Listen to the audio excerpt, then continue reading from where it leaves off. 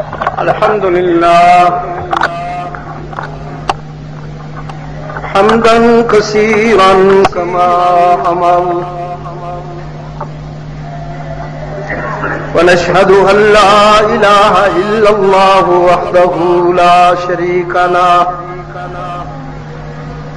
في الخلق والأمر إرغاما لمن جحد به وكفر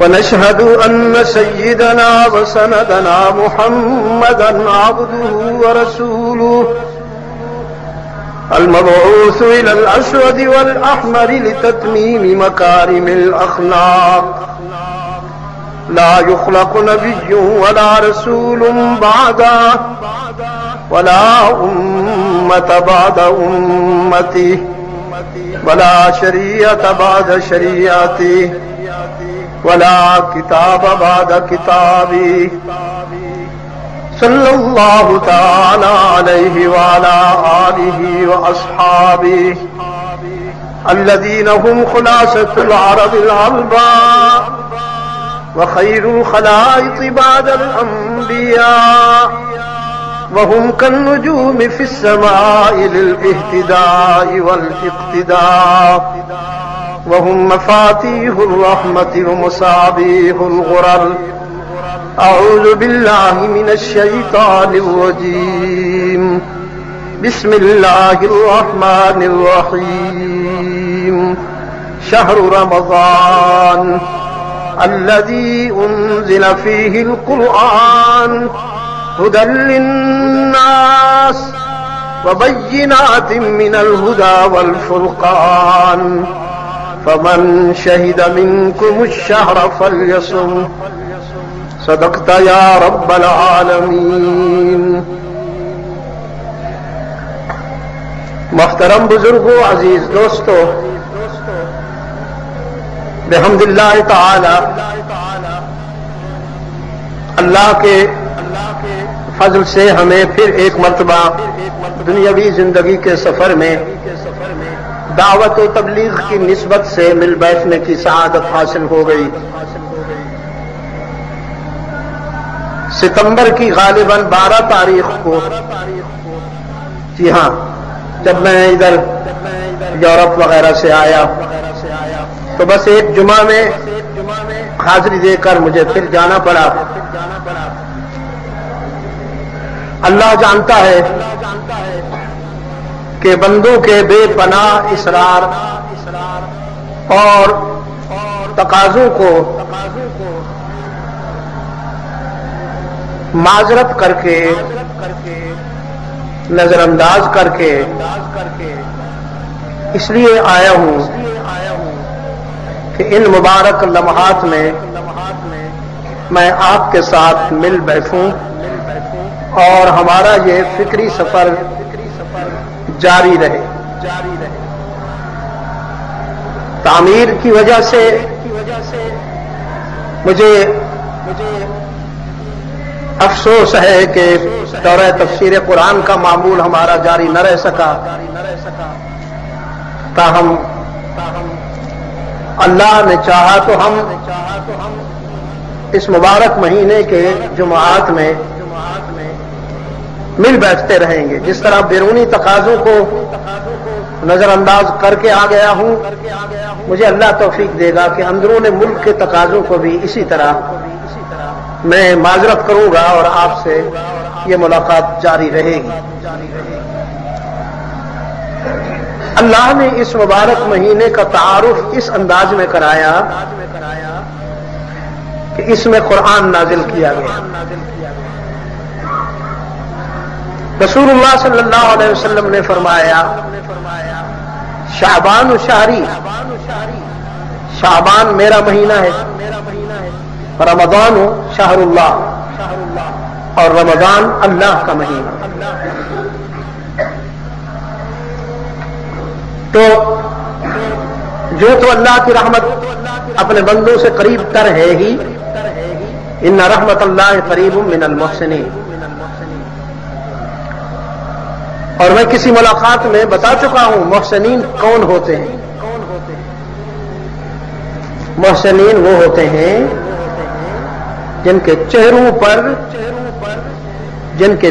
پر رات کی تنہائی کے سجدے چمکتے ہیں، وہ قرآن کی زبان میں محسن ہوتے ہیں۔ وہ جو حضرت یوسف سے کہا تھا اصحاب السجن نے کہ انا نراک من المحسنین، تو چہرے تنہائیوں کے ترجمان ہوتے ہیں۔ جس طرح شر کی بدبو پردوں میں نہیں چھپتی، یقین جانیے کہ اسی طرح خیر کی خوشبو بھی پردوں میں نہیں چھپتی، شر کی عفونت بھی ظاہر ہو کے رہتی ہے اور خیر کی خوشبو بھی ظاہر ہو کے رہتی ہے، دکھائی دیتا ہے، چہروں پہ خیر کا نور دکھائی دیتا ہے۔ ان رحمت اللہ قریب من المحسنین، لیکن اس مبارک مہینے میں اللہ کی رحمت اتنی زیادہ قریب ہوتی ہے اپنے بندوں سے کہ سال بھر کے اور کسی لمحے میں اتنی قریب نہیں ہوتی۔ اگر میں اپنی زبان میں کہوں اس قرب کو تو پھر میں یوں کہوں کہ حق تعالی طے کر لیتے ہیں کہ اس مہینے میں میں اپنے کسی بندے کو محروم نہیں جانے دوں گا، طے کر لیتے ہیں۔ صرف اتنی شرط ہے کہ میرا بندہ بھی چاہے کہ میں محروم نہ رہوں۔ اللہ کسی پر خیر مسلط نہیں کرتا، اس کی طرف سے خیر ملتی تو ہے لیکن اس کے لیے شرط یہ ہے کہ طلب بھی ہونی چاہیے، برتن بھی سیدھا ہونا چاہیے۔ اس لیے اللہ کے رسول صلی اللہ علیہ وسلم نے فرمایا، وہ جو ایک مشہور حدیث ہے، آپ صلی اللہ علیہ وسلم جب جمعہ کے لیے ممبر پر تشریف لا رہے تھے تو پہلے زینے پہ قدم رکھ کے آمین کہا، پھر دوسرے زینے پہ قدم رکھا تو آمین فرمایا، پھر تیسرے زینے پہ قدم رکھا تو آمین فرمایا۔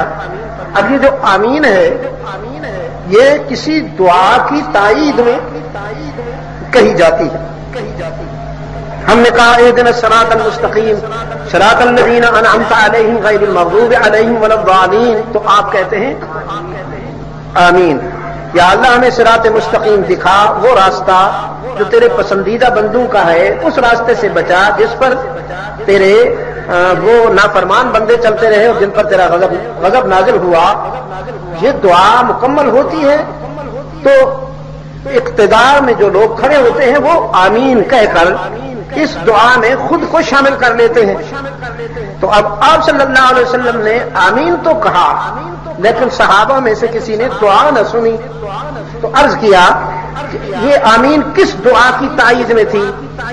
دعا کس نے مانگی؟ آمین تو آپ کی زبان سے نکلی۔ تو آپ صلی اللہ علیہ وسلم نے فرمایا کہ دعا جبرائیل نے مانگی، آمین میں نے کہی۔ دعا جبرائیل نے مانگی، آمین میں نے کہی۔ تو جبرائیل کی دعا کو تم نہیں سن سکے، وہ میں سنتا ہوں، میری آمین کو تم نے سنا۔ تو جب میں نے پہلے زینے پر قدم رکھا تو جبرائیل نے دعا مانگی کہ جس نے آپ کا نام سن کر درود و سلام پڑھنے میں بخل کیا اس کا کھانا خراب۔ تو میں نے کہا آمین۔ بسم اللہ الرحمن الرحیم، اللہم صلی علی محمد وعلی آل محمد کما صلیت علی ابراہیم وعلی آل ابراہیم انک حمید مجید، اللہم بارک علی محمد وعلی آل محمد کما بارکت علی ابراہیم وعلی آل ابراہیم انک حمید مجید۔ پھر جب دوسرے زینے پہ قدم رکھا تو جبرائیل امین نے کہا جس کو بوڑھے والدین ملے، دونوں یا دونوں میں سے کوئی ایک، اور وہ جنت نہ حاصل کر سکا اس کا بھی خانہ خراب. اس پر میں نے آمین کہا. والدین کو اللہ کے رسول صلی اللہ علیہ وسلم نے حصول جنت کا ذریعہ کہا. رب العالمین کے ارشاد کے مطابق حصول جنت کا ذریعہ کہا. اور حق تعالی نے ایک قانون جب وضع فرمایا جس کے متعلق جس کی اہمیت کا یہ عالم ہے کہ جف القلم لا یمحا ولا یبدل. وہ قانون آپ اللہ نے وضع فرمایا, بس پھر قلم توڑ دیا کہ اب اس میں کوئی تبدیلی نہیں ہوگی. وہ کون سا قانون ہے؟ فرمایا وَقَضَىٰ رَبُّكَ أَلَّا تَعْبُدُوا إِلَّا إِيَّاهُ. یہ قانون ہے, قانون لکھا جا رہا ہے. وَقَضَىٰ رَبُّكَ, اور فیصلہ کر دیا تیرے رب نے, فیصلہ کر دیا تیرے رب نے, اللہ تعبدوا الا ایاہ, کہ عبادت اس کے سوا کسی کی نہیں ہوگی. عبادت کس کی؟ اللہ ہی کی. وَقَضَىٰ رَبُّكَ أَلَّا تَعْبُدُوا إِلَّا إِيَّاهُ, اور فیصلہ کر دیا تیرے رب نے نہیں عبادت ہوگی مگر اللہ ہی کی. تو سجدہ کس کا؟ اللہ ہی کا. عبادت کے انداز میں قیام کس کا؟ اللہ ہی کا. عابد بن کر رکوع کس کا؟ اللہ ہی کا. مدد کے لیے پکارا کسے جائے گا؟ اللہ ہی کو. وقال ربکم, جو رب یہ فیصلہ کر رہا ہے وہی رب تم سے کہتا ہے ادعونی استجب لکم, مجھے پکارا کرو میں تمہاری دعاؤں پکار کو. نہیں, کتنی مرتبہ سمجھاؤں ظفر تجھے تو تھپڑ لگاؤں.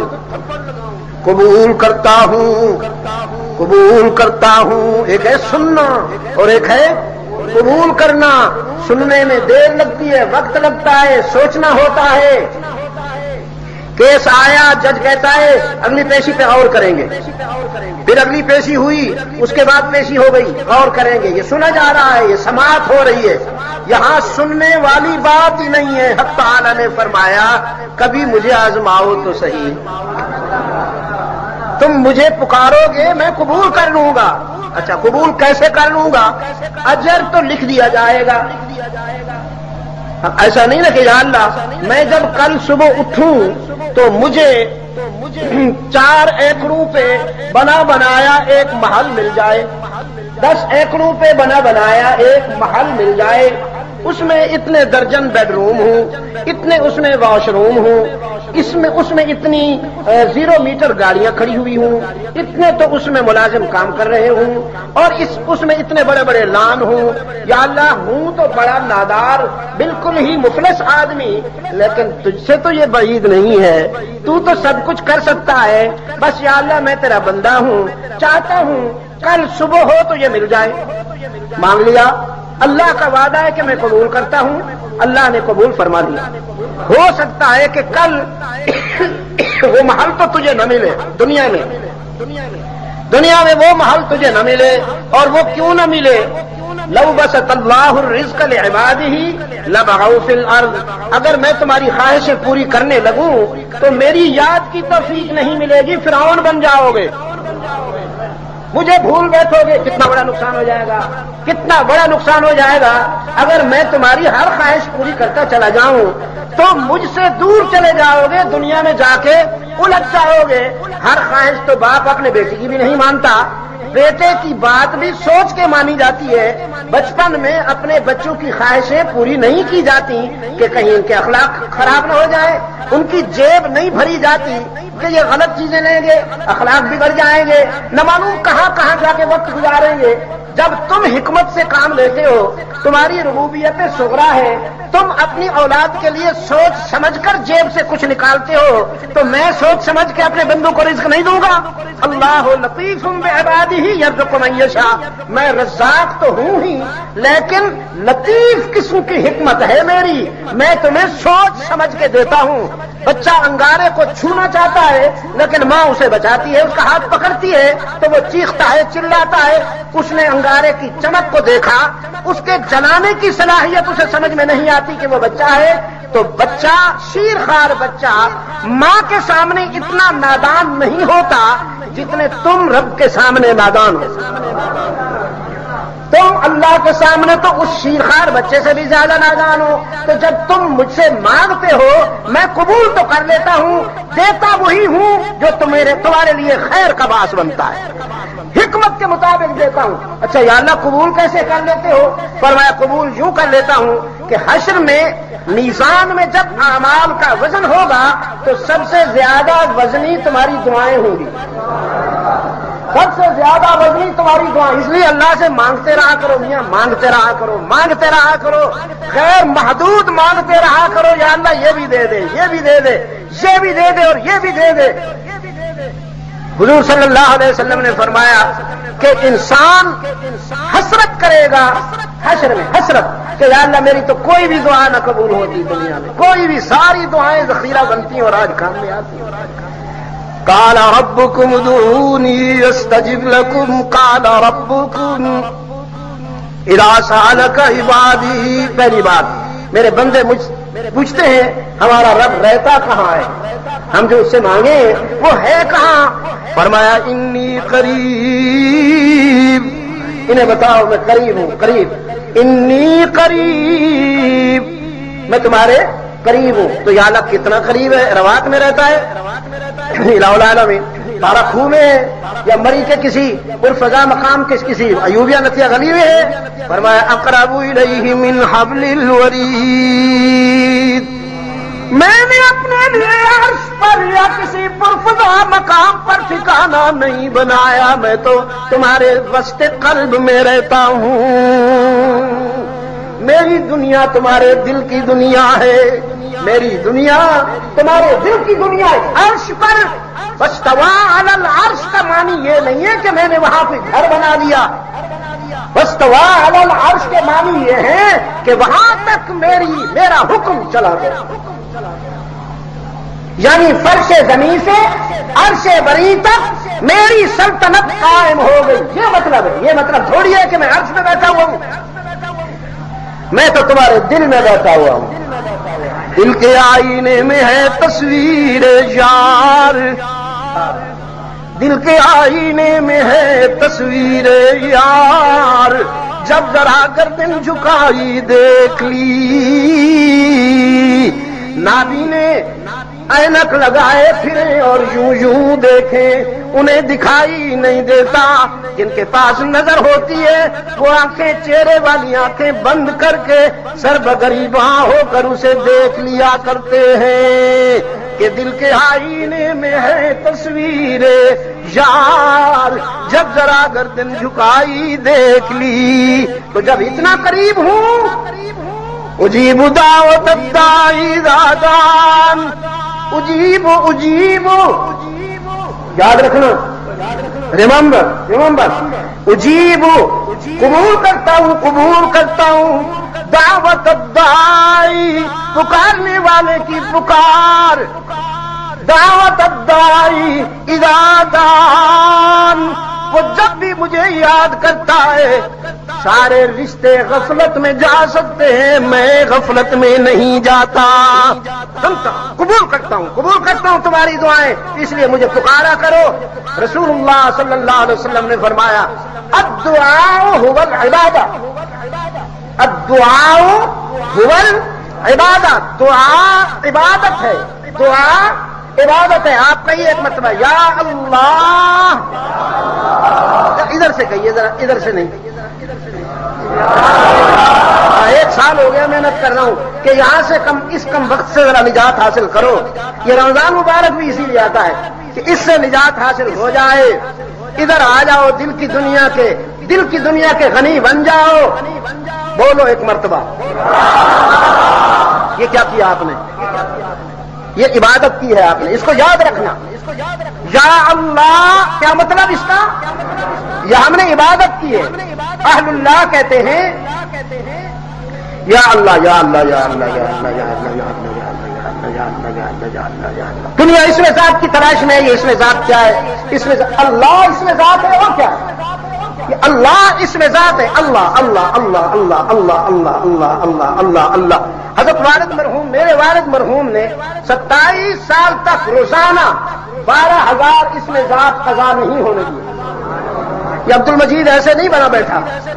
عبد المجید کے پیچھے کوئی ہاتھ ہیں, کسی کے ہاتھ ہیں.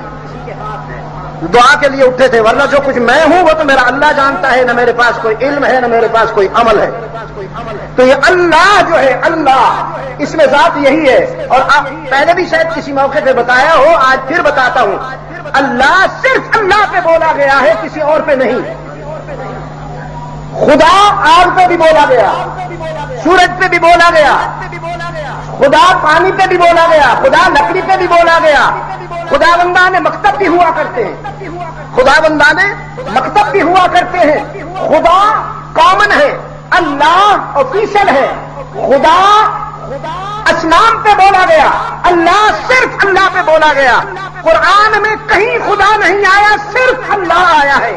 اس لیے جب بھی اللہ سے متعلق بات کی کرو, کیا کرو تو اللہ کا نام لیا کرو, خدا سے بچنے کی کوشش کیا کرو.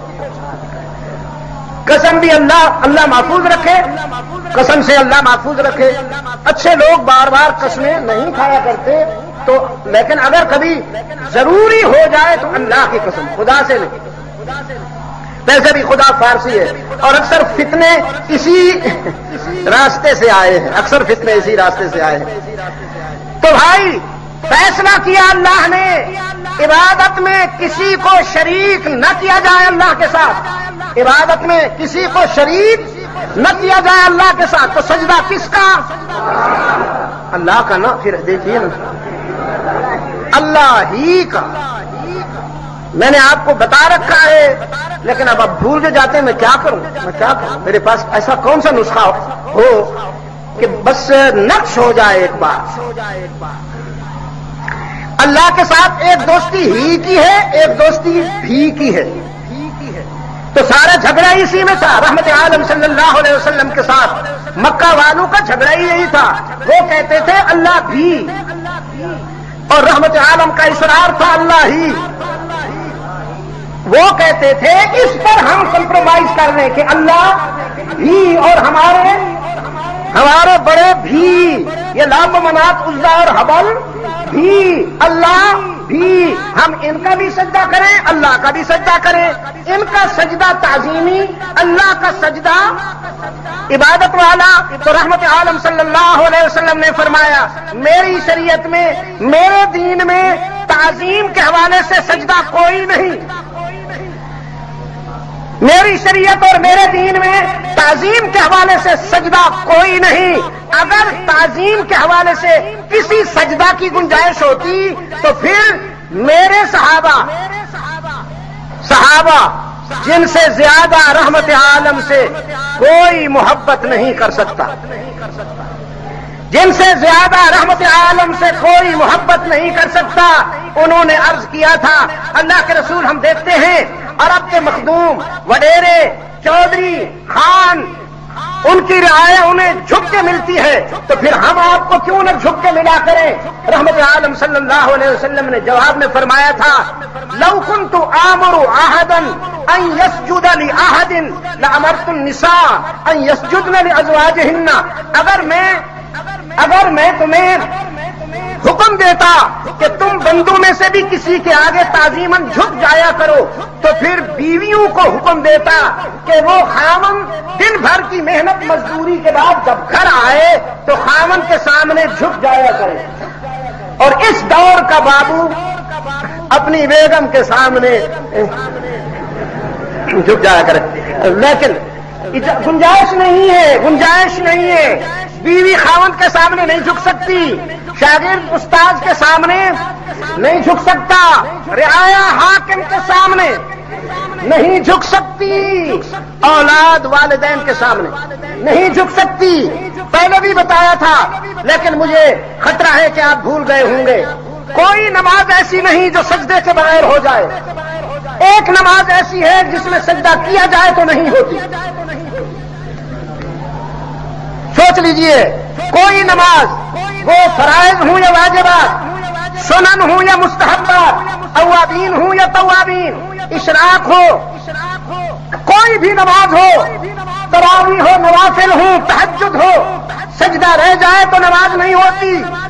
وہ کون سی نماز ہے جس میں سجدہ ہو جائے تو نماز نہیں ہوتی؟ جنازہ، یاد رکھتے ہو یہ نماز؟ ہاں، نماز تو مولوی صاحب آئے نا جی اگے والے جنازہ پڑھانا واسطے تے وچوں ایک بندہ بولیا جی کتنیاں تکبیراں ہونیاں تے کی پڑھنا پیندا ہے؟ مولوی صاحب آ کے تمہیں یہ بھی نہیں پتا بھی کتنی تکبیریں تے کی پڑھنا پیندا؟ ہاں جی، کوئی کدے کدے جو مردا ہے، روز مرے تو پھر یاد بھی رہندا ہے نا جی، یہ پھر کدے کدے جو ہوندا تو اسی بھول جانے ہوں۔ تو نماز جنازہ میں سجدہ ہو جائے تو نماز نہیں ہوتی۔ اتنا اہم رکن کہ کسی اور نماز میں سجدہ رہ جائے تو نماز نہیں ہوتی، اللہ نے یہاں یہ اہم رکن وڈرا کیوں کر لیا؟ باقی ہر نماز میں عابد کے سامنے صرف معبود کا تصور ہے اور اللہ کا حکم ہے۔ شریعت اسلامیہ کہتی ہے نمازی کے سامنے سے گزرنا نہیں چاہیے تاکہ اس کا لنک ڈسٹرب نہ ہو، اللہ کے ساتھ جو اس کا رابطہ ہے اس میں خلل نہ پڑ جائے۔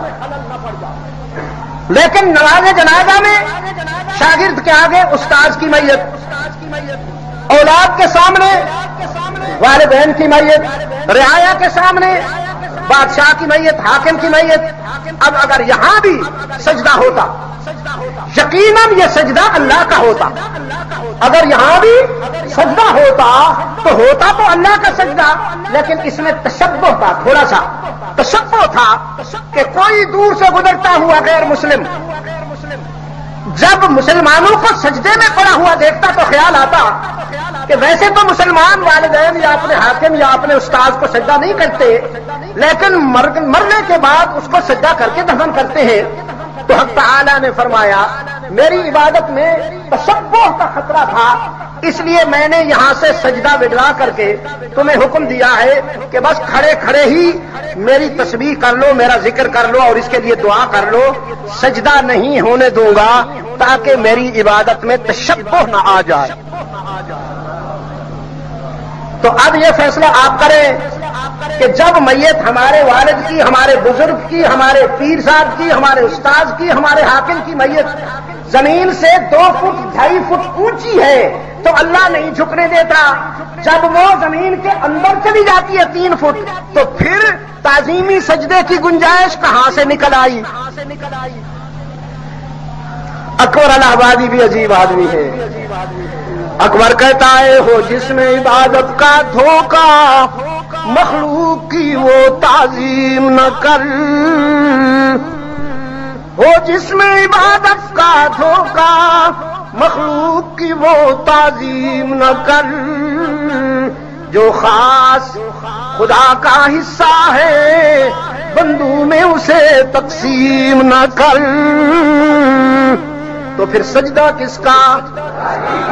ہماری جبین کی عاجزیوں کے لیے مسجود کون؟ ہی پہ زور دے کے ذرا دائیں بائیں دیکھ کر کوئی بھی کا بیمار چپ بیٹھا ہو تو اس سے بھی کہلوائیے، لیکن پیار سے، محبت سے۔ ہماری جبین کی عاجزیوں کے لیے مسجود کون؟ ہی پہ ضرب لگے تو لطف آئے نا، ضرب۔ ہماری جبین کی عاجزیوں کے لیے مسجود کون؟ ترجمہ ہو رہا ہے وَقَضَىٰ رَبُّكَ أَلَّا تَعْبُدُوا إِلَّا إِيَّاهُ۔ ہماری جبین کی عاجزیوں کے لیے مسجود کون؟ ہر جگہ موجود کون؟ علام الغیوب کون؟ کارساز و دستگیر و حاجت روا و مشکل کشا کون؟ مشکل کشا کون؟ کس سے مدد مانگی جائے؟ کائنات کے پہلے انسان نے ابو البشر سیدنا آدم نے امتحان و آزمائش کی گھڑی میں کس سے مدد مانگی؟ ربنا ظلمنا انفسنا وان لم تغفر لنا وترحمنا لنكونن من الخاسرین۔ کس سے مدد مانگی سیدنا آدم نے؟ وَظَنُّونِ إِذْ ذَهَبَ مُغَاضِبًا فَظَنَّ أَن لَّن نَّقْدِرَ عَلَيْهِ فَنَادَىٰ فِي الظُّلُمَاتِ أَن لَّا إِلَٰهَ إِلَّا أَنتَ سُبْحَانَكَ إِنِّي كُنتُ مِنَ الظَّالِمِينَ۔ سیدنا یونس نے کس سے مدد مانگی؟ قرآن عجیب باتیں کرتا ہے۔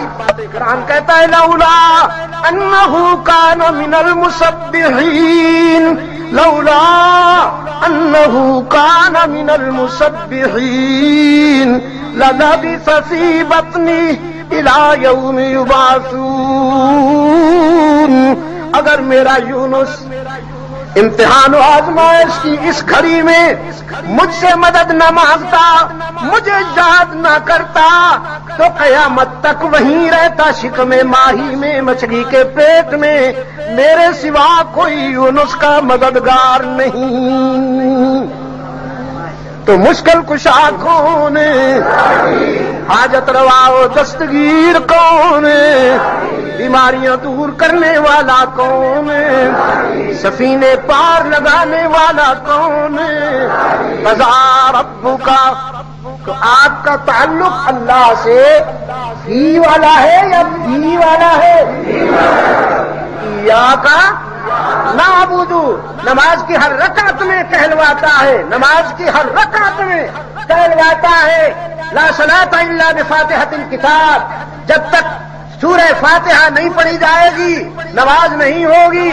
اس میں ہر رکعت میں وعدہ ہوتا ہے ایاک نعبد، ہم تیری ہی عبادت کرتے ہیں اور شاباش کرتے رہیں گے۔ یہ جو مضارع کا صیغہ ہے، عربی مضارع کا جو صیغہ ہے، اس میں دونوں زمانے ہوتے ہیں، حال بھی، استقبال بھی، پریزنٹ بھی، فیوچر بھی۔ نعبد ایاک یعنی نعبد ایاک، نعبد یعنی نعبد ایاک، ہم تیری عبادت کرتے ہیں تیری ہی اور کرتے رہیں گے۔ وَإِيَّاكَ نَسْتَعِينُ یعنی نستعین ایاک، مدد مانگتے ہیں تجھ سے ہی اور مانگتے رہیں گے۔ یعنی مسجد کے اندر تو تجھ سے مدد مانگ لی، اور مسجد کے باہر کوئی درخت بڑا سا پسند آ گیا تو اس کے آگے کھڑے ہو گئے، کوئی بڑی توند والی پرسنالٹی آ گئی اس کے آگے کھڑے ہو گئے، کوئی چمک دمک والے کپڑے نظر آ گئے۔ حضرت صاحب بروکیٹ کی وائس کوٹ پہنتے ہیں، بروکیٹ کی چمکتی ہوئی چاندی کے تاروں والا کرتا پہنتے ہیں۔ میں نے کہا یہ حضرت صاحب ہیں یا منکوہا ہے؟ تو مدد کس سے مانگی جائے بھائی؟ نعبد ایاک نستعین ایاک، تجھ سے ہی مدد مانگتے ہیں اور مانگتے رہیں گے، تیری ہی عبادت کرتے ہیں اور کرتے رہیں گے۔ یہ ہے اللہ کے ساتھ وہ تعلق جس کے لیے رحمت عالم صلی اللہ علیہ وسلم نے محنت فرمائی ہے، دندان اقدس شہید ہوئے ہیں، ساتھی قربان ہوئے ہیں، وطن چھوڑنا پڑا ہے، اور نہ معلوم کیا کیا دکھ اٹھائے ہیں۔ رحمت عالم نے نہیں مانی مشرکین کی بات کہ اللہ کو بھی اور ان کو بھی سجدہ کر لیں۔ رحمت عالم صلی اللہ علیہ وسلم نے فرمایا تم سب کو ناراض آرام سے کر لوں گا بغیر کسی تکلف کے، تم سب کو ناراض کر لوں گا لیکن اللہ کو ناراض نہیں کر سکتا۔ تقدیر کا قلم لکھ چکا ہے، تقدیر کا قلم لکھ چکا ہے، قضا ربک الا تعبدوا الا ایاہ۔ تو پھر یہی قلم یہ بھی لکھ چکا ہے وبالوالدین احسانا، وبالوالدین احسانا، والدین کے ساتھ حسن سلوک کیا جائے، اچھا برتاؤ کیا جائے۔ صحابہ نے عرض کیا مسلمان ہوں تو؟ رحمت عالم نے فرمایا نہیں، غیر مسلم ہوں تو بھی ان کی دل آزاری نہ کی جائے، ان کا دل نہ دکھایا جائے۔ اما یبلغن عندک الکبر احدہما او کلاہما فلا تقل لهما اف ولا تنهرهما وقل لهما قولا کریما واخفض لهما جناح الذل من الرحمہ۔ واہ بھائی واہ، تو ان کے ساتھ وہی سلوک کر جس طرح انہوں نے بچپن میں تیرے ساتھ سلوک کیا۔ وہ جوان ہوتے تھے، تو بچہ تھا، اب تو جوان ہو گیا، وہ بچہ بن گئے۔ جس طرح بچہ حساس ہوتا ہے، سینسٹیو ہوتا ہے، بوڑھے بھی حساس ہو جاتے ہیں، سینسٹیو ہو جاتے ہیں۔ شیرخوار بچے کو کوئی یوں کرے نا ذرا جھڑکے تو چیخ اٹھتا ہے۔ بوڑھے کے احساس بھی اسی طرح نازک ہو جاتے ہیں۔ کچھ بولنے کی ضرورت نہیں، ذرا تلخ سا چہرہ دکھا دیجئے، گھائل ہو جائے گا۔ قرآن کہتا ہے بوڑھے ماں باپ کے سامنے اکڑ کے نہ چلا کرو، ساری عبادت ضائع ہو جائے گی، ساری نمازیں، سارے حج، سارے عمرے منہ پہ مار دیے جائیں گے۔ بوڑھے والدین کے سامنے عاجزی سے چلا، وَخِذْ لَهُمَا جَنَاحَ الذُّلِّ مِنَ الرَّحْمَةِ۔ جس طرح بچپن میں انہوں نے تمہیں پیار سے اٹھایا، تو نے تھپڑ مارا تو انہوں نے ہاتھ چوم لیا، تو نے ان کے کپڑے خراب کر دیے، پیشاب کر دیا تو انہیں کوئی نفرت محسوس نہ ہوئی۔ نمک حلالی کا تقاضا ہے کہ اب تیری جوانی ان کے لیے قہر و غضب ثابت نہ ہو، لطف و کرم ثابت ہو۔ یہ بھی اللہ کی تقدیر کا قلم لکھ چکا ہے۔ حضرت علقمہ کے متعلق صحابہ نے آ کر عرض کیا اللہ کے رسول، ایک مجاہد کی جان نہیں نکل رہی، سکرات میں مبتلا ہے، کئی دن ہو گئے۔ آپ صلی اللہ علیہ وسلم نے فرمایا اس کے والدین زندہ ہیں؟ عرض کیا ایک بوڑھی والدہ ہے اس کی، وہ زندہ ہے۔ فرمایا جاؤ اس کے پاس، ان سے کہو آ سکتی ہو تو آؤ، نہیں تو انتظار کرو، میں حاضر ہوتا ہوں۔ اللہ کے رسول صلی اللہ علیہ وسلم کا پیغام پہنچا تو وہ بوڑھی کہنے لگی اللہ کے رسول نے مجھے یاد فرمایا تو میں کیسے نہیں جاؤں گی، میں چلوں گی۔ لکڑی کے سہارے اٹھتی بیٹھتی گھر سے رحمت عالم صلی اللہ علیہ وسلم کے قدموں میں آ گئی۔ آپ صلی اللہ علیہ وسلم نے اسے اپنے سامنے بٹھا کے فرمایا تو اپنے بیٹے کے متعلق کیا کہتی ہے؟ غور سے سنیے گا۔ وہ بوڑھی کہنے لگی اللہ کو وحدہ لا شریک لہ مانتا تھا، آپ کی رسالت پر، یوم آخرت پر، ملائکہ پر، انبیاء پر، قرآن پر مکمل ایمان رکھتا تھا، مجاہد تھا، تمام جہاد میں اس نے، تمام غزوات میں، تمام سرایہ میں حصہ لیا، مجاہد تھا، نمازی تھا، مصلی اور روزے رکھنے والا تھا۔ اس زمانہ میں حاجی کی اصطلاح نہیں تھی، یہ اب آئی ہے۔ تو آپ صلی اللہ علیہ وسلم نے یہ سب کچھ سننے کے بعد پوچھا تو بھی اس پہ راضی ہے؟